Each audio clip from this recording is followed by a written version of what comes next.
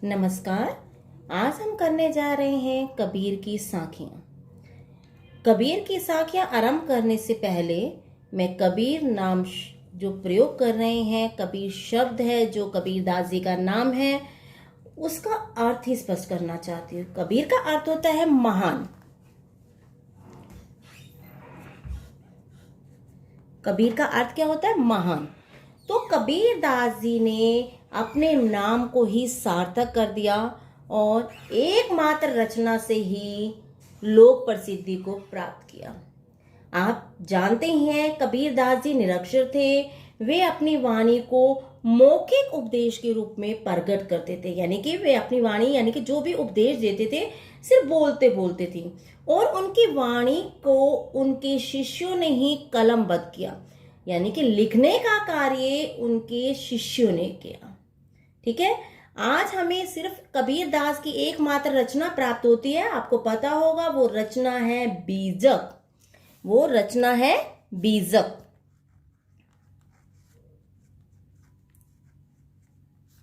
बीजक के 3 भाग थे, साखी, शब्द, रिमैनी।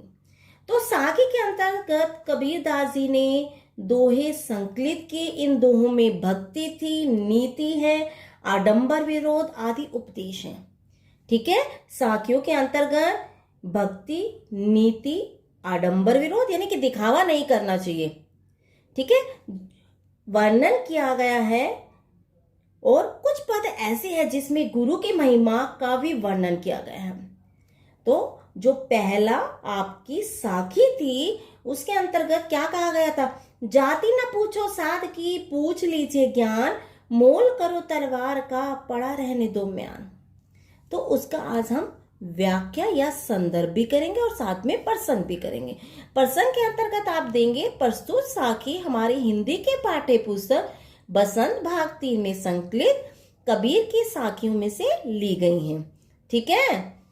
इन साखियों के रचनाकार कबीरदास जी तथा इनके संपादक श्री योगी हरि जी हैं। ठीक है। रचनाकार आप मानेंगे तो रचना तो निर्माण बनाने का कार्य तो कबीरदास जी ने किया है, लेकिन इनके संपादन का कार्य श्री योगी हरि जी ने किया है। तो संदर्भ के अंतर्गत हम देंगे इस साखी में कबीरदास जी ने सज्जन व्यक्ति की जाति पूछने की अपेक्षा उसका ज्ञान पूछने की सलाह दी है कि हमें जो सज्जन व्यक्ति होते हैं उनके हमें कभी जाति के बारे में जानकारी प्राप्त नहीं करनी चाहिए, बल्कि उनसे हमें ज्ञान की बातें ही जानने का प्रयास किया जाना चाहिए। तो व्याख्या के अंतर्गत कबीरदास जी कहते हैं कि जब साधु संत घर छोड़ देते हैं तो उनकी जाति भी छूट जाती है। ठीक है। उनकी कोई जाति नहीं रहती कि वो इस जाति के हैं। ऐसे में हमें उनकी जाति के बारे में न पूछकर बल्कि हमें उनसे ज्ञान की बातों को ग्रहण कर लेना चाहिए, क्योंकि यही हमारे जीवन को आगे बढ़ाने में सहायक होगी। जिस प्रकार योद्धा तलवार खरीदते समय म्यान की सुंदरता को न देखकर तलवार की धार को देखता है कि तलवार कैसे चलती है, क्योंकि वही युद्ध क्षेत्र में उसकी सहायता करती है। म्यान तो तलवार रखने का साधन मात्र है, जिसके अंतर्गत केवल तलवार रखी जाती है। म्यान का कोई प्रयोग नहीं है, सिर्फ उसके अंदर तलवार रखी जाती है, जबकि तलवार ही क्या करती है? उसकी युद्ध क्षेत्र में सहायता करती है। तो आगे हम लिखेंगे भावार्थ। भावार्थ के अंतर्गत हम देंगे कवि ने स्पष्ट किया है कि व्यक्ति का ज्ञान महत्वपूर्ण है, उसकी जाति नहीं। तो क्या महत्वपूर्ण है? व्यक्ति का ज्ञान, उसकी जाति का कोई भी महत्व नहीं होता। तो विशेष के अंतर्गत हम देंगे कि इसके अंतर्गत सदुकड़ी भाषा का प्रयोग किया गया है। ठीक है। सदुकड़ी क्या होती है? आप पूछेंगे मुझसे कि मैम सदुकड़ी क्या होती है? सदुकड़ी का अर्थ होता है कि बेटा कि आपको पता है कबीरदास जी घूमते रहते थे, घूम कर अपने विचारों को एकत्रित करते थे, उन्होंने उपदेश के रूप में व्यक्त करते थे। तो घूमने वाले व्यक्ति को सदुक्कड़ कहा जाता है, घुमक्कड़ कहा जाता है। तो उनकी भाषा भी सब भाषाओं में मिली हुई है, ये नहीं एक स्थान पर नहीं रहते थे। आपको पता होगा कभी किस साइड पर साउथ गए तो कभी ईस्ट गए, कभी वेस्ट गए। जो भी भाषा के जो भी शब्द मिले उन्होंने अपनी भाषा में, अपनी साखियों में, अपने शब्दों में, अपनी रमैनी में उन्हीं शब्दों का प्रयोग किया। तो एक भाषा नहीं है, सब मिली जुली खिचड़ी भाषा भी है। इसे सदुकड़ी के साथ साथ खिचड़ी भाषा भी कहा जाता है, मिश्रित भाषा भी कहा जाता है। तो प्रसाद गुण सर्वत्र व्याप्त है। तो प्रसाद गुण क्या होता है? प्रसाद गुण होता है बेटा, जब हम क्या किया जाता है, हम प्रकृति का वर्णन करते हैं या नॉर्मल कोई बात करते हैं तो प्रसाद गुण का प्रयोग करते हैं। ओज गुण के अंतर्गत वीरता का वर्णन होता है, आपको बताया गया था। माधुर्य गुण के अंतर्गत प्रेम और भक्ति का वर्णन होता है, ठीक है। लेकिन इसमें बताया गया कि हमें साधुओं से उनकी जाति के बारे में नहीं पूछना चाहिए, ठीक है।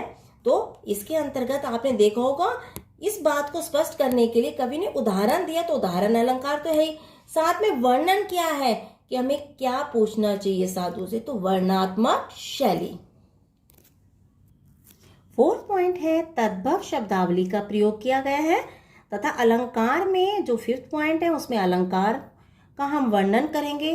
तो आपको पता होगा कि यहाँ पर तलवार का उदाहरण दिया गया है, तो उदाहरण अलंकार है, और साथ में आपका स्वर मैत्री अलंकार का भी प्रयोग किया गया है। स्वर मैत्री क्या होता है, आपको बताया गया था कि लास्ट के अगर हमारे वर्ण एक जैसे होते हैं और स्वरों की मित्रता होती है तो उसे स्वर मैत्री अलंकार कहा जाता है, क्योंकि लास्ट में आ रहा है ज्ञान और म्यान, न का प्रयोग हो रहा है, तो स्वरों की मित्रता तो है ही, इसी कारण स्वर मैत्री अलंकारों का प्रयोग किया गया है। आप सोचेंगे कि कबीरदास जी तो अनपढ़ थे, लेकिन अनपढ़ होने के पश्चात भी उन्होंने अपने जो उच्चारित किया उसमें अपने आप ही अलंकारों का प्रयोग हो गया।